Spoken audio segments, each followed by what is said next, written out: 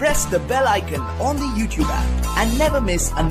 सभी को जय हिंद दोस्तों, आप सभी का हार्दिक स्वागत है जय हिंद रिएक्शंस पे। तो आज की इंटरेस्टिंग वीडियो में आप देखेंगे पाकिस्तान की मशहूर पत्रकार महविश नाज को, जिनके स्पेशल गेस्ट होंगे भारतीय एनालिस्ट हरि मोहन शर्मा साहब, जो कि आईएएस और आईपीएस को कोचिंग देते हैं और जबरदस्त नॉलेज रखते हैं। और उनके साथ पैनल में होंगी पाकिस्तान की मशहूर पत्रकार रिबाह इमरान। तो ये वीडियो काफी इंटरेस्टिंग होगी और ये वीडियो का सेकंड पार्ट है। फर्स्ट पार्ट में हमें आपकी तरफ से बहुत सारा प्यार मिला, बहुत सारे मैसेजेस और कमेंट्स आए, इसलिए हम इसका सेकंड पार्ट भी अपलोड कर रहे हैं सिर्फ आपके लिए। तो इसे अंत तक देखें और चैनल पर नए हैं तो चैनल को सब्सक्राइब कर दें, ताकि हम आपके लिए ऐसी लेटेस्ट और इंटरेस्टिंग वीडियोस लाते रहें। जय हिंद, जय भारत। YouTube के हलाल और हराम के पैसे कौन से वो मैं नहीं जानता, लेकिन फिर YouTube से मिले हुए पैसों से ही गुजारा करना पड़ता है। अब मैं उसमें क्या कहूं, मुझे कोई दिक्कत नहीं है। देखिए, टैलेंट का तो कदर होती है। एक टाइम था सर कि YouTube की कमाई को भी हराम डिक्लेयर कर दिया गया था। मैडम, टाइम नहीं था। अगर मैं अभी मेरे को नाजिया जी बता रही थी कि भाई इस पे भी काम करेंगे, इस पे भी एक वीडियो बनाएंगे कि YouTube से कमाए गए कैसे पैसे कैसे हराम है, ठीक है, और वो बाकायदा कुरान की आयतें पढ़ पढ़ के बताने की कह रही हैं। तो मैं अभी वो थोड़ा बिजी चल रही हैं, लेकिन हम जरूर डिस्कस करेंगे कि क्या सच में YouTube से कमाए गए पैसे हराम हैं या हलाल हैं। अगर ये हराम है तो क्या आतिफ असलम भाई और जितने भी हैं वो सारे के सारे इस चीज को मना करेंगे और फिर काफी सारा सेटबैक हो सकता है। सर हमारे जो रेमिटेंसीज हैं या हमारी जो फॉरेन इन्वेस्टमेंट जो हमें आ रही है, हम एक अच्छा पार्ट जो है अपनी इकोनॉमी में कंट्रीब्यूट कर रहे हैं। अगर वो हराम है तो फिर हराम ही सही सर। रिबाहा इस हराम हलाल को जी नहीं, मैं उस चीज को नहीं कह रहा। देखिए, प्रॉब्लम इज ब्रॉड माइंडेड होना। सर कोई भी मेहनत का काम हराम नहीं होता। यूट्यूब पता नहीं क्यों वो कौन से लोग हैं जो ये कहते हैं कि यूट्यूब की कमाई हराम की। शुरू में तो सर ये भी कहा जाता था मस्जिद में जो ये स्पीकर पे अजान होती है, ये भी जो है स्पीकर भी जो है वो शुरू में लोगों को इतनी अवेयरनेस नहीं होती थी, वो भी हराम का कहा जाता था कि स्पीकर हमारी एक सोसाइटी में स्पीकर लगाए जाएंगे। तो उसमें भी तो देखें, अब सोसाइटी उसी चीज को हर किसी के घर में स्पीकर होंगे, गाड़ी में। अब तो लोग हम अपने पास स्पीकर को एक रखते हैं सेपरेट कि यार कभी जरूरत पड़ जाएगी, कहीं बाहर भी हो तो बैग में होता स्पीकर। आप इस मामले में एक गलत डायमेंशन में डिस्कस कर रहे हैं, क्योंकि उस हलाल और हराम के चक्कर में फंसेंगे तो हो सकता है कोई फतवा जारी हो जाए। ऐसा ही है। माफ कीजिए। जी सर, बिल्कुल ठीक है। इस पे हम पूरा प्रोग्राम रख के किसी दिन नाजिया जी को भी बुला लेंगे, वो डिस्कस करेंगे।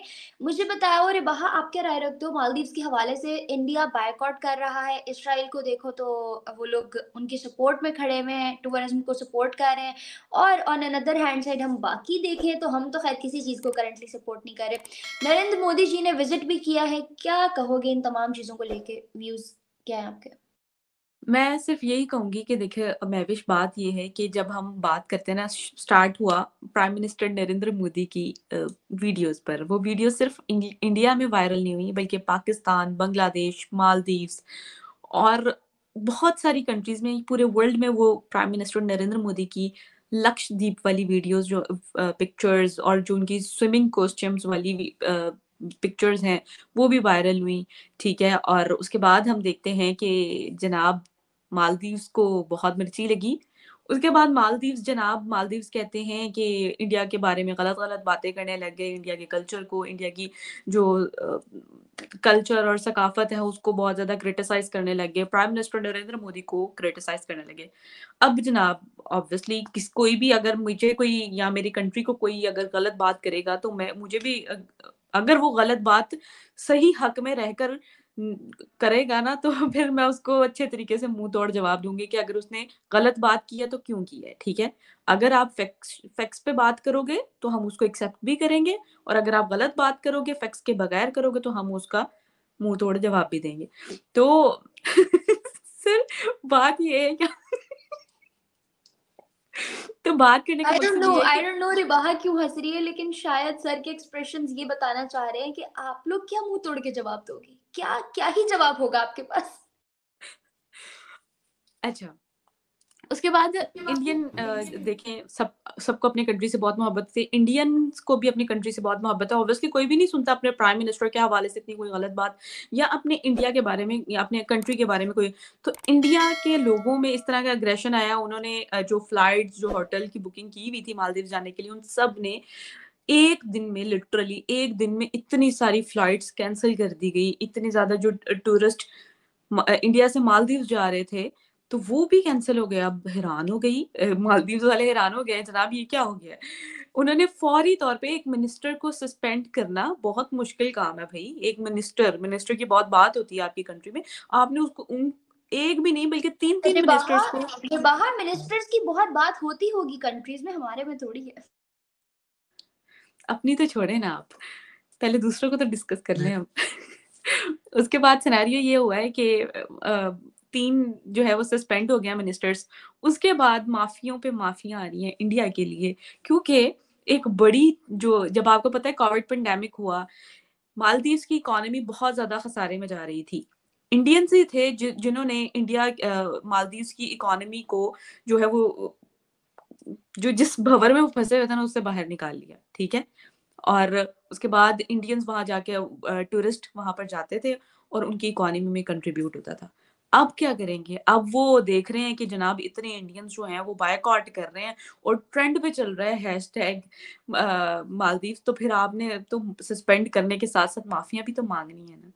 देख लें, एक दिन 24 घंटे के अंदर अंदर जो है मालदीव के जो स्टांस हैं वो अलग ही तरीके से हो गए। उसके बाद हमने देखा, जैसे सर ने भी बताया, कि टाटा जो है वहां पे 2 रिजॉर्ट भी ओपन कर रहा है। मालदीव को तो छोड़े, लक्षद्वीप की सुनी गई है।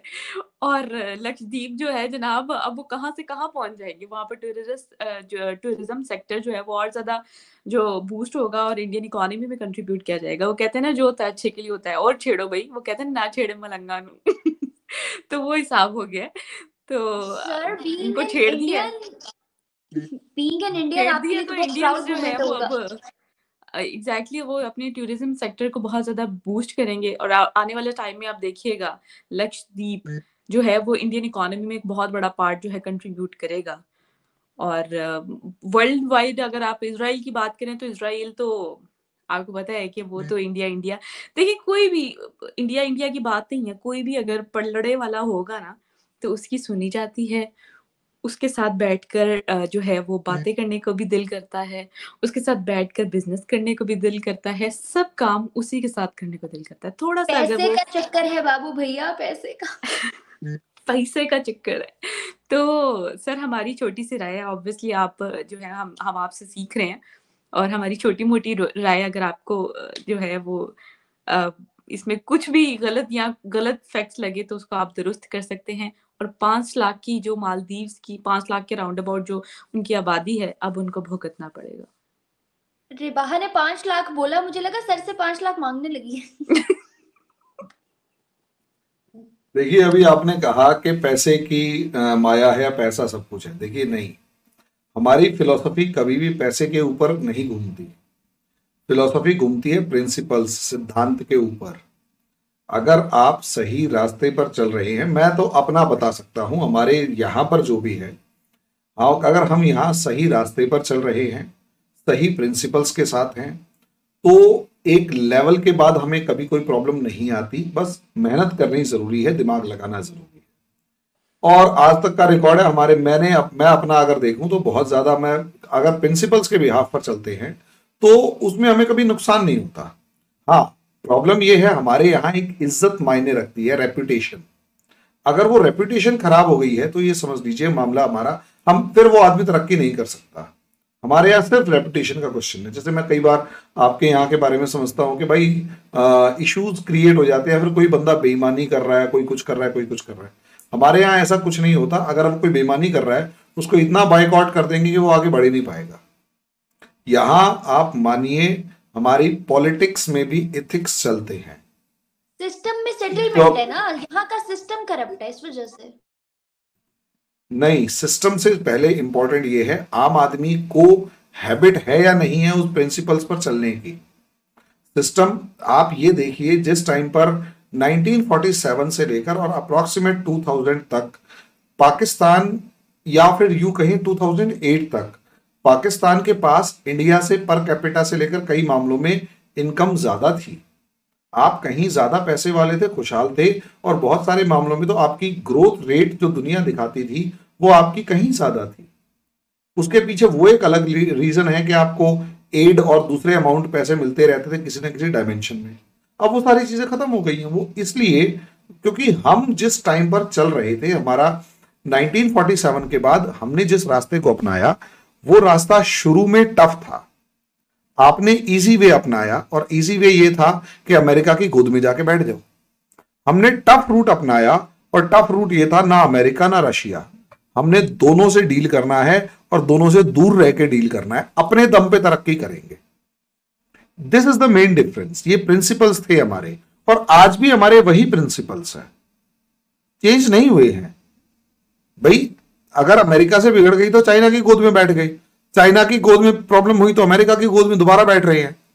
हमारे यहां ऐसा नहीं होता। हमारे यहां जवाहरलाल नेहरू ने जो पॉलिसी बनाई थी अप्रोक्सीमेट वैसी ही पॉलिसी आज भी चल रही है, क्योंकि मामला पैसे का नहीं है।